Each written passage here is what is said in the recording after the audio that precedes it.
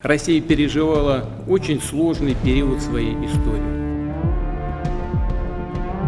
পশ্চিমাদের পুতুল ইউক্রেনের বিরুদ্ধে রুশ প্রেসিডেন্ট ভ্লাদিমির পুতিন সেরে নিচ্ছেন তার আসল যুদ্ধের প্রস্তুতি। সেখানেই সামনে এসেছে তার অপ্রতিরোধ্য এক মিসাইলের নাম, যার কার্যকারিতা দেখে ঘুম হারাম ইউরোপের। কারণ রাশিয়ার আসল যুদ্ধ তো সামনেই, ইউরোপের বিরুদ্ধে। পুতিনের সেই মিসাইলের নাম জিরকন। গেল সোমবার গভীর রাতে জিরকন মিসাইল দিয়ে ইউক্রেনকে চমকে দিয়েছে রুশ বাহিনী।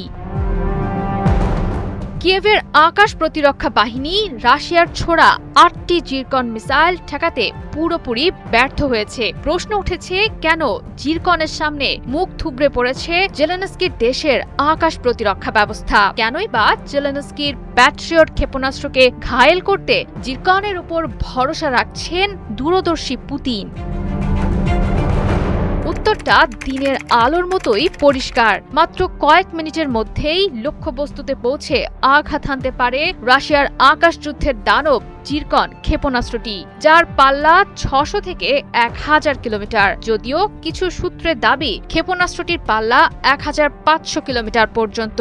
পৃথিবীর পৃষ্ঠ থেকে ৩০ থেকে ৪০ কিলোমিটার ওপরে উড্ডয়নে সক্ষম। আঘাত হানতে পারে শব্দের গতির চেয়ে ৭.৫ গুণ বেশি বেগে এবং উড্ডয়নের সময় এর গতি প্রায় ৫.৫ গুণ। এর ওয়ারহেডের ওজন ৩০০ থেকে ৪০০ কেজি। ক্ষেপণাস্ত্রটির দৈর্ঘ্য ৮ থেকে ১০ মিটার।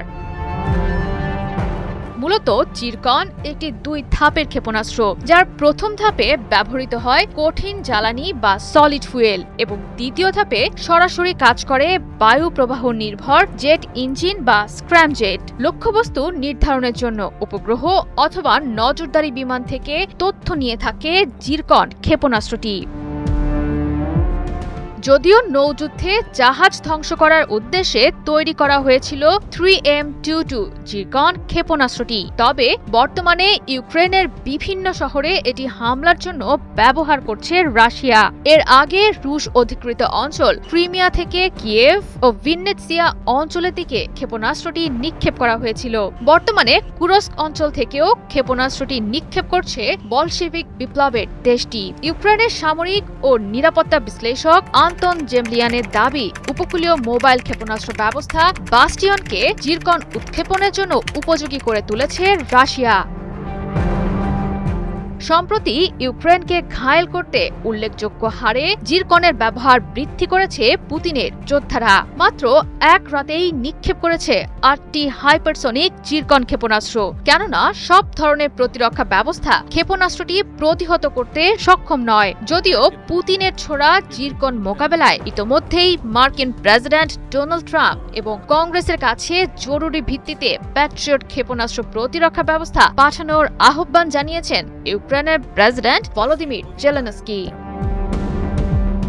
জয় সরকার, ৭১।